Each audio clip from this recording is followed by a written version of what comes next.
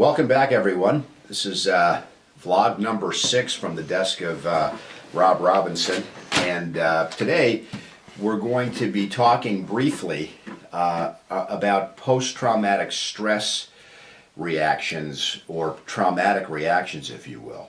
And this is a significantly important topic, and one certainly can't do justice to this whole topic of traumatic reaction in a short little blog, but I did want to give some introductory comments about it to help you understand a little bit about how trauma operates in the human mind and what happens.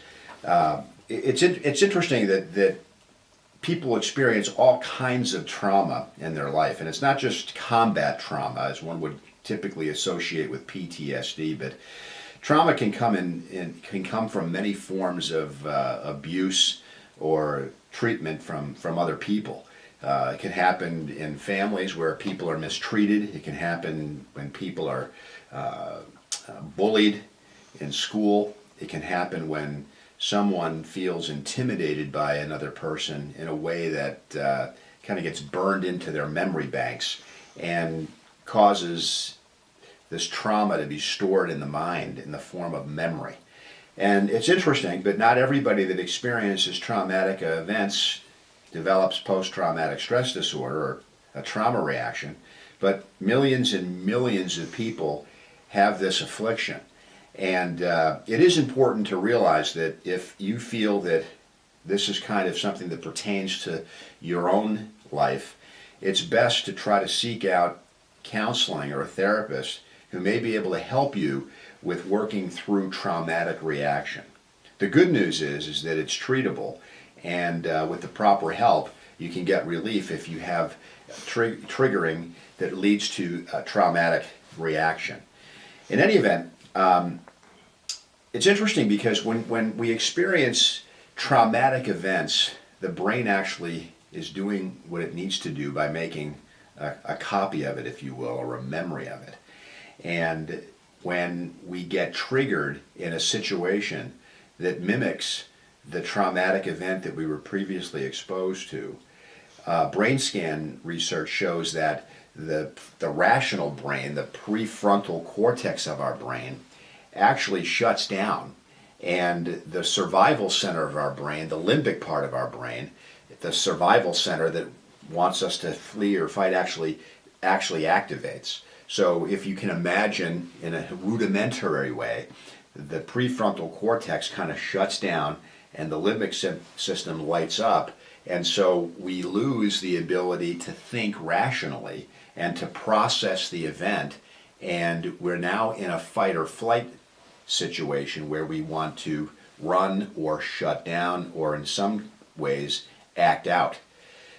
So I guess the best way that I can put this is when you have a traumatic reaction to something, we want to try to send a wake-up call, if you will, to the prefrontal cortex so that we can get the thinking part of our brain back online to process what's happening. And I think it's important to be able to work on some strategies and tools that can help you stay calm and get back to getting the prefrontal cortex or the thinking brain back into the picture. Sometimes I think it's helpful to, if you're having a traumatic reaction, to move to another space from the space that you're in. It's also, I think, important to realize that, we experience what I call the trauma time warp. In other words, we really do lose track of the fact that it's the present moment, essentially. And so when these traumatic memories get activated, which is what's happening, it's just a memory that we're experiencing, we actually lose track of the fact that it's the day and the time that we're in, and we're actually back reacting as if we're back to the experience that traumatized us in the first place. So kind of getting oriented to the present moment and working to stay calm by removing yourself from the space you're in, asking for some support. Sometimes the question might be, is there anything bad happening to me right now in this moment? And there are all kinds of energy psychology treatments actually that work well in helping people process traumatic reactions, including tapping on pressure points, and Tai Chi has been shown to be effective. Movement, body movement can be very helpful. The idea sometimes of just going out and walking in the midst of being activated can be extremely helpful. The important thing though is as you're moving, it's important to try to think calmly, so that as the system becomes less and less flooded and we get out of diffuse physiological arousal, we begin to notice that we're then able to process the event, see it for what it really is, and begin to think clearly again. So this is just a quick primer on what happens with a traumatic reaction. Once again, you can get help for this kind of thing by seeking out a therapist who has some skill in being able to help people work through PTSD or traumatic triggers.